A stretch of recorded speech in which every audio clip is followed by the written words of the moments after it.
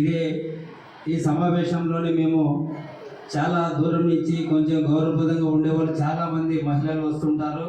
కానీ అప్పుడు కూడా ఈ మీటింగ్లో మనం చెప్పినప్పుడు టాయిలెట్ ఏదైతే ఉన్నాయో వాటిని పెట్టడానికి స్థలం లేదని మనం ఇబ్బంది పడినప్పుడు అప్పుడు కూడా కందికొండ ప్రసాద్ గారు పార్సార్ గారి సెలవుతో ఇక్కడ మనకు వంక ఉంది. ఆ వంక పక్కన మాత్రం టాయిలెట్ పెట్టినట్లయితే మహిళలకు చాలా సౌకర్యంగా ఉంటుంది. అదేవిధంగా కదిర్లో నీళ్లు గతంలో మెట్రిక్ ప్యాకెట్లు ఇచ్చేవాళ్ళు, ఇప్పుడైతే కదిర్లో భోజనం తక్కువ లేదనే విధంగా ప్రతి ఒక్కరు కూడా ముందరకు వచ్చి భక్తాదులందరూ కూడా భోజనం పెట్టే అవకాశం కూడా కదిర్లో ఉంది. కానీ మనం ఈ కదిర్లో అన్ని సౌకర్యాలు కల్పిస్తున్నాం. పోలీసు వాళ్ళైతే ఆ రోజు తేరు వచ్చేటప్పుడు అటు సైడ్ ఇటు సైడ్ మోకులు బట్టి ఎక్కడ తేరు కింద పడతారని వాళ్ళ బాధ్యతగా చాలా చక్కగా చేస్తూ ఉంటారు. అయినప్పుడు పోలీసుల్ని ఆ జనాలు దొబ్బేస్తూ ఉంటాం మనం. కానీ రోడ్డు తక్కువ ఉండడం వల్ల ఆ రెండు ఇబ్బందులు ఉన్నాయి. అటువంటి పోలీసులకు ఇబ్బంది, ఇట్లా ప్రజలకు ఇబ్బంది ఉంది. పార్థసారథి గారు చాలాసార్లు చెప్పారు మీటింగ్లో, మీరు ఫస్ట్ రోడ్డు ఎవరు చేస్తానంటే మొట్టమొదటిసారిగా నా ఇల్లే నేను కొంచెం తొలగిస్తాను, ఎంతవరకు రోడ్డు కావాలో అంతవరకు. కాబట్టి ఆ కార్యక్రమం చేపడితే బాగుంటుంది, రోడ్డు ఎడల్పు అయితే బాగుంటుందని చెప్పడం జరిగింది.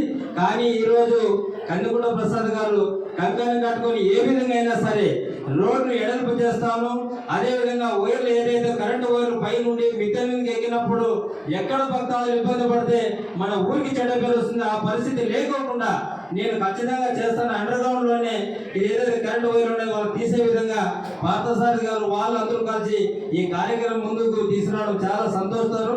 అదేవిధంగా తేరు పక్కన చాలా చిన్న ప్లేస్ ఉంది. అక్కడ విఐపీలు కావచ్చు, భక్తులు కావచ్చు, ఉపదారులు కావచ్చు, చాలా మంది వందలాది మంది అక్కడ నిలుచుకోవాలని చాలా సంతోషపడతారు. అయినప్పుడు అక్కడ ప్లేస్ తక్కువ ఉంది. కానీ కందికొండ ప్రసాద్ గారు అక్కడ కూడా అంతా క్లీన్ చేసి అక్కడ భక్తాలు నిలుచుకునే విధంగా చొరవ తీసుకుంటారని చెప్పేసి చెప్పడం చాలా సంతోషం, చాలా మనందరికీ ఆనందం. తేరు ఎక్కినప్పటి నుంచి పార్థసారథి గారు అదేవిధంగా స్వామి నరసింహస్వామిని దర్శనం చేసుకుంటామో లేదో తెలియదు, కానీ నరసింహస్వామి రథోత్సవానికి వచ్చే ప్రజలకి ఎటువంటి ఇబ్బంది లేకుండా చూసుకోవాలన్న గొప్ప మనసుతో ఇక్కడ పనిచేసినటువంటి అధికారులందరికీ కూడా నా నమస్కారాలు తెలియజేస్తా ఉన్నా. అయితే పెద్దవాళ్ళందరూ కూడా డిస్కస్ చేశారు.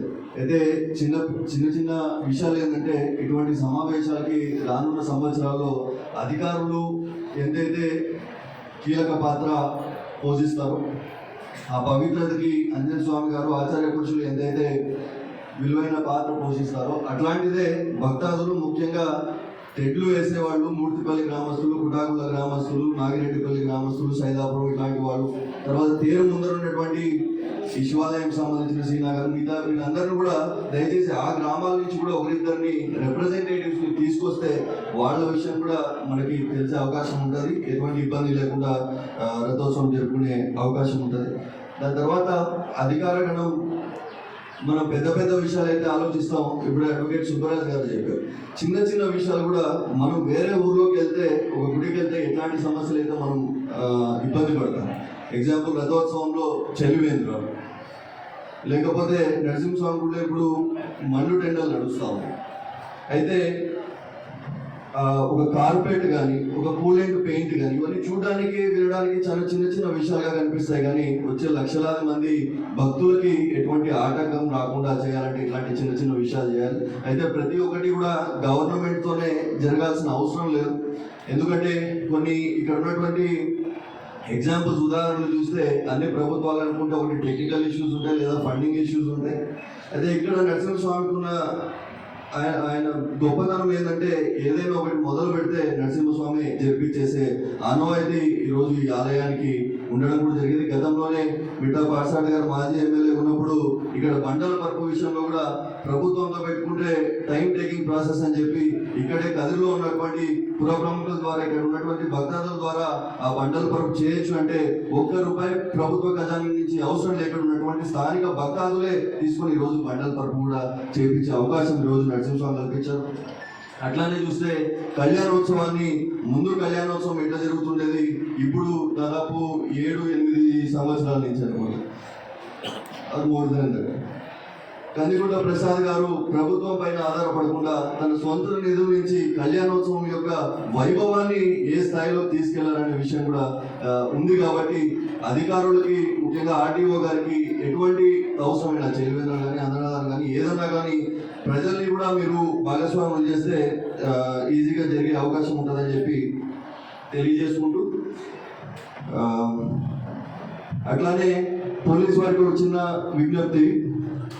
మన హిందూపూర్ టర్నింగ్ దాటిన తర్వాత దాదాపు రథోత్సవం యథాస్థానానికి చేరుకున్న తర్వాత వెనక నుంచి వచ్చే భక్తాదుల వల్లే అక్కడ దర్శనానికి మొదట 1 గంట 2 గంటల సేపు అక్కడ సమయం వృధా అవుతుంది. ఆ టైంలోనే చైన్ స్నాచింగ్లు కానీ, లేకుంటే ఆడవాళ్ళతో బయట ఉన్న వాళ్ళు కొద్దిమంది అసభ్యకరంగా ప్రవర్తించేది, చిల్లర ముక్కలు కానీ, ఇవన్నీ కూడా ఇబ్బంది ఉంది. కాబట్టి హిందూపూర్ టర్నింగ్ దాటిన వెంటనే మీ రోపాటితో కానీ ఇతర సామాగ్రితో మొత్తులు వేసే భక్తాదులు తప్ప మిగతా భక్తులందరినీ కూడా నరసింహస్వామి గుడి ముందర వైపు నుంచి కానీ, చౌక్ ఇటువైపు ఎంజీ రోడ్ నుంచి కానీ వచ్చే విధంగా తీసుకుంటే బాగుంటుందని చెప్పి తెలియజేసుకుంటూ, మొదటిగా శానిటైజేషన్ మీద ఫోకస్గా పోదామని చెప్పేసి మున్సిపల్ కమిషనర్ గారికి చెప్తున్నాం.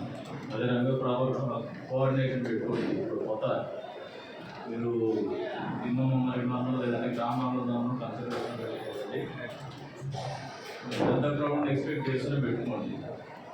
దీంట్లో మీరు మొదటిగా చేయాల్సింది ఏమంటే ఇందాక పబ్లిక్ టాయిలెట్ ఎవ్రీ టైం మనకు ఒక ఇష్యూ ఉంది. మీకు ఆ ఏరియాలో ఈ రకంగా కాకుండా నేను మళ్ళీ ఒకసారి మీటింగ్ పెట్టుకుంటే బాగుంటుంది. ఎక్కువగా అది తెలుగులో కాకుండా ఆడియో ఆఫీస్లో పెట్టే బాగుంటుంది మన ఉద్దేశం. ఎందుకంటే ఐసోలేట్ అయితే మంచి అవుట్పుట్స్ వస్తాయి. ఇక్కడైతే మళ్ళీ అన్ని మెసప్ చేసుకుంటున్నాం. బికమ్ రొటీ ఆర్గనైజ్డ్ కూడా ఈ మీకు బయట నుంచి వచ్చే బస్సులు కూడా మీరు ఇంకా కొద్దిగా బయటకి ఆపేసి ఆర్టీసీ వాళ్ళని కూడా విజ్ఞప్తి చేస్తాను. ఫ్రీ బస్సెస్ ఏదైనా మీరు ఆపరేట్ చేస్తే, ఎస్పెషల్లీ మోహినోత్సవం రోజు కావచ్చు,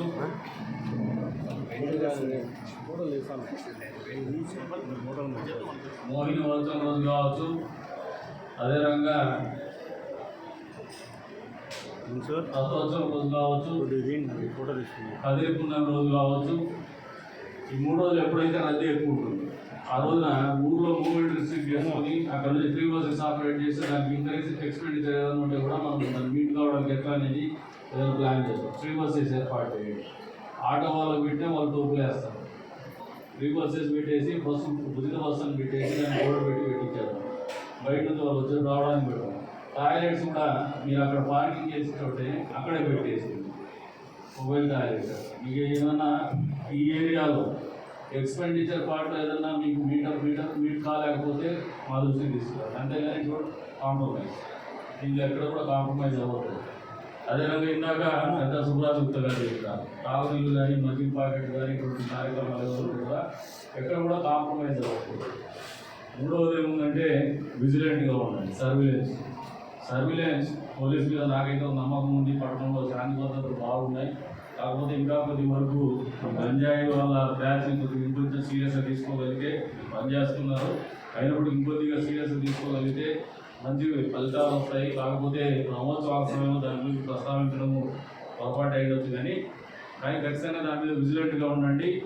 పిల్లలు ఎక్కువగా ఈ కార్యక్రమాలలో పాల్గొనాలని చెప్పేసి యువత కూడా పిలుపునిస్తాను. నియోజకవర్గ వ్యాప్తంగా ఉన్నటువంటి యువత కూడా. ఎందుకంటే ఇది కేవలం బ్రహ్మోత్సవం కింద చూడొద్దండి. మా గ్రామోత్సవం ఇక కులం లేదు, మతం లేదు, మనందరికి సంబంధించింది, ప్రతి ఒక్కరికి బాధ్యత ఉండేటువంటి కార్యక్రమం. కాబట్టి ఇది కదిరి గ్రామోత్సవం కింద చూడమని చెప్పేసి కూడా యువతకు చదువుకున్నటువంటి పిల్లలు కూడా పక్క ఊళ్ళో ఉన్నా కూడా ఈ గ్రామోత్సవంలో భాగస్వామ్యం కండి. తద్వారా మన ప్రాంతంలో ఉన్నటువంటి కట్టుబాట్లు కావచ్చు, మనకు ఉన్నటువంటి ఆచార సాంప్రదాయాలు కావచ్చు, మన మధ్యన ఉన్నటువంటి ప్రేమానురాగాలు కావచ్చు, మరింత పెంపొందించుకునే దిశగానే మనం అడుగులేద్దామని చెప్పేసి కూడా పిలుపునిస్తాము.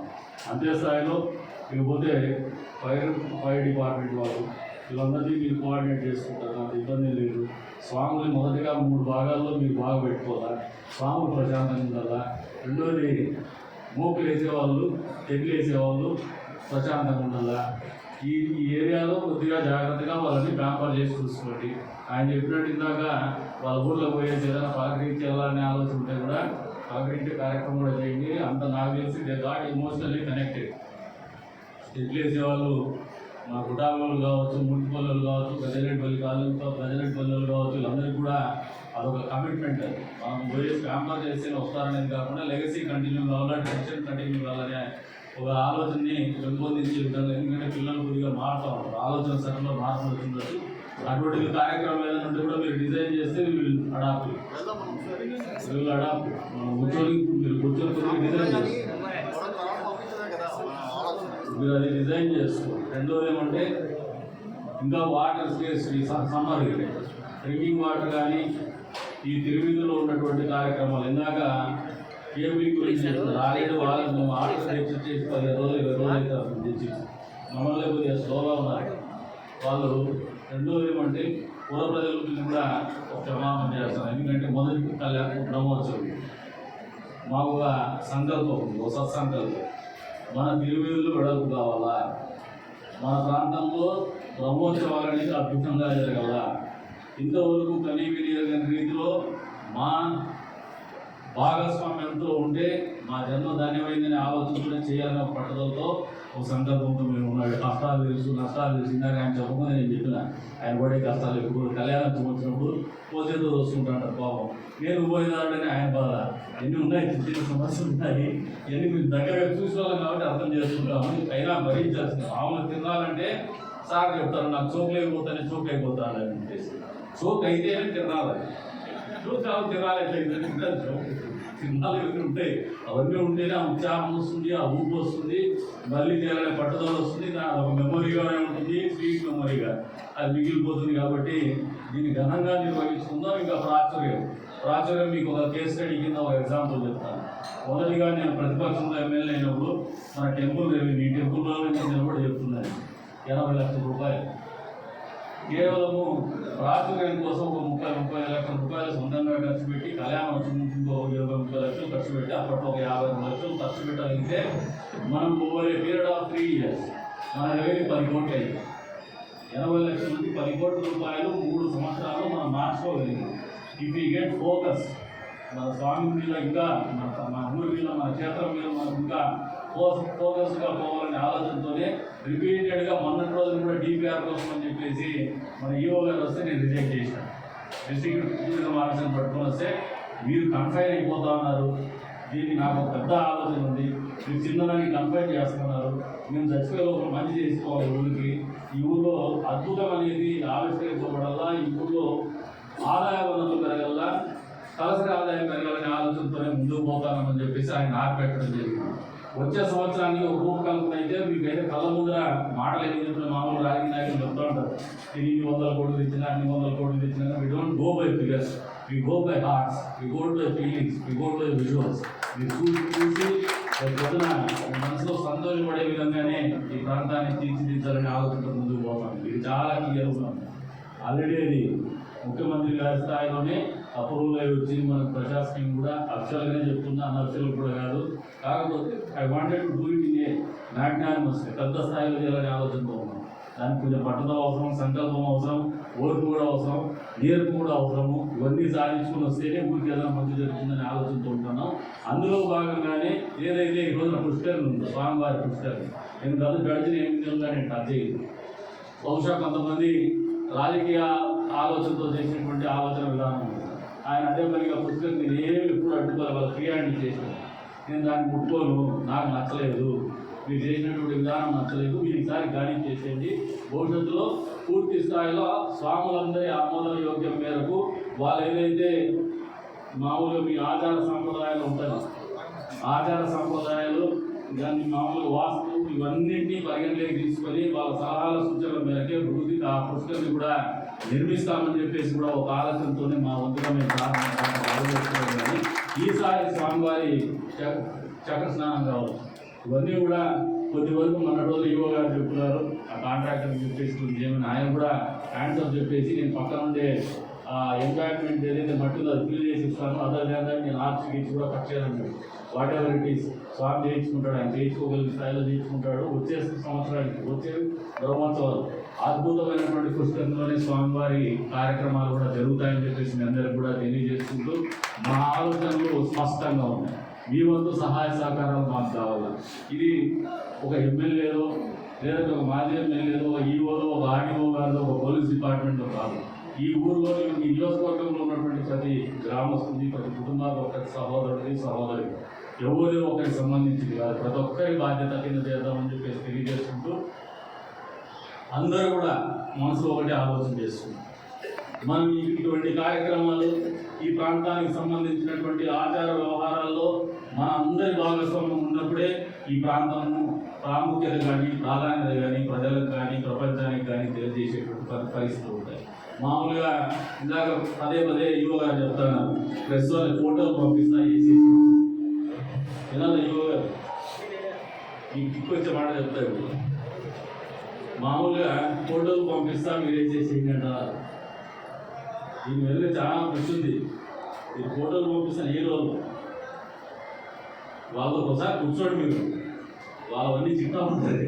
మీరు కూర్చోవాలి, మీరు వదిలేసినారు డెలివరీ చేసుకుంటారని కానీ వీఆర్ లూజింగ్ మీకు ఇంకా వాడు చెప్తున్నా ఎస్సీపీ అధికారంలో ఇంకొప్పడం మర్చిపోయా. మొన్న రోజు ముఖ్యమంత్రి గారిని కలిశారు 2 months గారు. ఇంకొక స్వామి చెప్తున్నాడు నాకు ఆ రోజున, మామూలుగా ఈ దేవుడిని మోసే పల్లకి మోసే కట్టెలు అవి దాని పేరు చేసినారు. దాని గురించి కూడా అడిగితే దానికి కూడా ఆయన సుముఖత వ్యక్తం చేసినారు. అంతేకాకుండా గొడుగులు కూడా అడిగినాము, ఏది టీటీడీ గురించి, అది కూడా దానికి కూడా సుముఖత వ్యక్తం చేసినారు.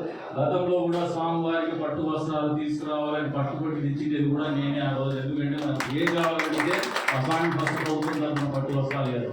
మన రోజున బలవంతంగా ఎలక్షన్ ముందు ముఖ్యమంత్రి, అప్పుడు ప్రతిపక్ష నాయకుడు, ఇప్పుడు ముఖ్యమంత్రి గారు వస్తే బహిరంగ సభలోనే మా స్వామికి ముఖ్యమంత్రి దగ్గర నుంచి పట్టు వస్త్రాలు ఇప్పించే కార్యక్రమం చేయాలని చెప్పేసి నేను తెలివిగా మాట్లాడితే ఆయన మరింత తెలివిగా దీనికి ఒక ప్రాధాన్యత కల్పిస్తూ చేస్తా అని చెప్పినారు. ఇందాక పెద్దలు గౌరవనీయులు ఎంఎస్ పార్సారథి గారు కూడా చెప్తాను, ఏదో విధంగా మన ముఖ్యమంత్రి గారినో లేదంటే డిప్యూటీ సీఎంనో తీసుకొస్తే ఆయన అడిగినా అడగకపోయినా కానీ ఆయన కూడా ఒక బాధ్యతకి ఆయన అడిగినాడు. 100% మా వంతు బాధ్యతగా ఈసారి ఈ బ్రహ్మోత్సవాలకి ఒక ప్రాధాన్యత సంతరించుకునే విధంగానే ఎవరిలో ఒకరు తీసుకొచ్చేటువంటి కార్యక్రమం మీద చేస్తాము. అది ఏ స్థాయిలో జరుగుతుందో తెలియదు కానీ ఆయన వదిలేస్తామని మా వంతు ప్రయత్నం అయితే ఉంటుంది. 100% ఏదో ఒక స్థాయిలో అందరూ రాష్ట్రంలోని ప్రజలందరూ కూడా ఈ బ్రహ్మోత్సవాలని చూసే విధంగా గమనించే విధంగానే రూపకల్పన చేస్తామని చెప్పేసి కూడా తెలియజేస్తాం. అంటే మాకు ఒక రూట్ మ్యాప్ క్లియర్ అయిపోతాం, ఎక్కడ కూడా కన్ఫ్యూజన్ లేదు. స్వామి గారు ఒకరికొకరు చర్చించుకొని చిన్న సమస్యలు ఉంటాయి, చూడలేక తోసుకుంటుంటాము, మాట్లాడుకుంటుంటాము. కానీ దైవకార్యం ఉన్నప్పుడు, గ్రామోత్సవం ఉన్నప్పుడు ఇది ప్రతి ఒక్కరిది సర్దుకొని పోదాం, కలిసిపోదాం, సమిష్టిగా పోదాం, ఫలితాలు సాధిద్దాం. మీకు ఇంత ఫలితాలు సాధిద్దామనే మాట ఎందుకు మాట్లాడుతున్నానంటే, ఖచ్చితంగా ఈ ప్రాంతంలో నివసించేటువంటి ప్రజల జీవితాల్లో మార్పు రావాలంటే కాద్రి లక్ష్మీ నరసింహస్వామి ప్రాశస్త్రాన్ని ప్రపంచానికి తెలియజెప్తూనే మనం చేసుకోగలమనేటువంటి బలంగా నమ్మేవాడిని. ఎస్సీబీసీ ఛానల్ వాళ్ళతో కూడా మాట్లాడతాను. వాళ్ళతో ఈసారి అధికారంలో ఉన్నాం కాబట్టి దాన్ని ఫెసిలిటేట్ మాట్లాడతానని కాదు, చేసి చూపిస్తాం. దాన్ని ఖచ్చితంగా లైవ్ టెలికాస్ట్ పెట్టారని చూపిస్తాము. వీళ్ళు కాంపిటేటర్ అవుతారేమో, వీళ్ళు ఏదంటే మీరు కూడా ప్యాకేజ్ మాట్లాడుకోండి, వాళ్ళు కూడా వదిలేదండి. వాళ్ళు వదిలేసి మిమ్మల్ని వదిలేస్తారు, రెవెన్యూ పెరుగుతుంది, వాళ్ళకి ఇచ్చినా పోదు వాళ్ళు. కాకపోతే వీళ్ళు ఏమంటే మరీ లిక్విడేట్గా ఉంటారు, కమర్షియల్గా ఉంటుంటే ఇప్పుడు ఇది అందరి భాగస్వామ్యం ఉండాలి. మీ భాగస్వామ్యం కూడా మీ సొంత లాభం కొంత మానుకుంటే అది కూడా మంచి ఫలితాలు ఇస్తారు. మీరు కూడా కొద్దిగా తగ్గించుకుంటే బాగుంటుంది కట్టు. కాబట్టి అందరికి కూడా ఒకటే చెప్తారు, ఈ ఊర్లోకి వచ్చే ప్రతి వ్యక్తి, స్వామి కోసం వచ్చే ప్రతి వ్యక్తి మన ఇంట్లోకి వచ్చే అతిథిగా మీరు భావించమని చెప్పేసి వస్తాము. అది అధికారులు కావచ్చు, అనధికారులు కావచ్చు, రాజకీయ నాయకులు కావచ్చు, ప్రజలు కావచ్చు. ఆ ఆలోచన విధానంలో మనకు మార్పు వస్తే మాత్రమే వాళ్ళు కూడా పదే ఇక్కడికి మామూలుగా స్వాములు ఆశీర్వదిస్తూ ఉంటారు. పునర్దర్శన ప్రాప్తిని వస్తుంది, దాంట్లో స్వలాభం కూడా ఉంటుంది. స్వామికి స్వామి చూసేకొస్తే పుణ్యం దొరుకుతుంది, పురుషార్థం దొరుకుతుంది, బలం దొరుకుతుంది. కాబట్టి మనకు కూడా అంతే స్థాయిలో పునర్దర్శన ప్రాప్తి వస్తుంది. రకంగానే వాళ్ళకి చూడగలిగితే మన ప్రాంతంలో కూడా పుణ్యం దొరుకుతుంది, బలం దొరుకుతుంది, పురుషార్థం కూడా దొరుకుతుంది అని చెప్పి తెలియజేసుకుంటూ, అందుకే స్వామి అందులో గూఢార్థమే నేను తెలియజేస్తున్నాను. కాబట్టి ఆ రెవెన్యూ జనరేషన్ అనే దానికి వాళ్ళు ఎప్పుడో పురాణంలోనే తెలివిగా ఆలోచన చేయగలిగినారు. దాన్ని మనం అమలు చేద్దామని చెప్పేసి మీ అందరికీ కూడా తెలియజేసుకుంటే అవకాశం కల్పించిన మీ అందరికీ పేరు పేరు ధన్యవాదాలు చెప్పుకుంటూ సెలవు తీసుకుంటున్నాను. ఎవరు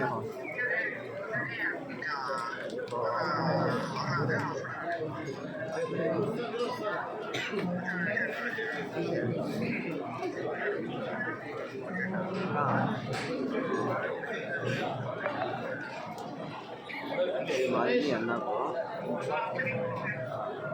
ఎవరి పౌరం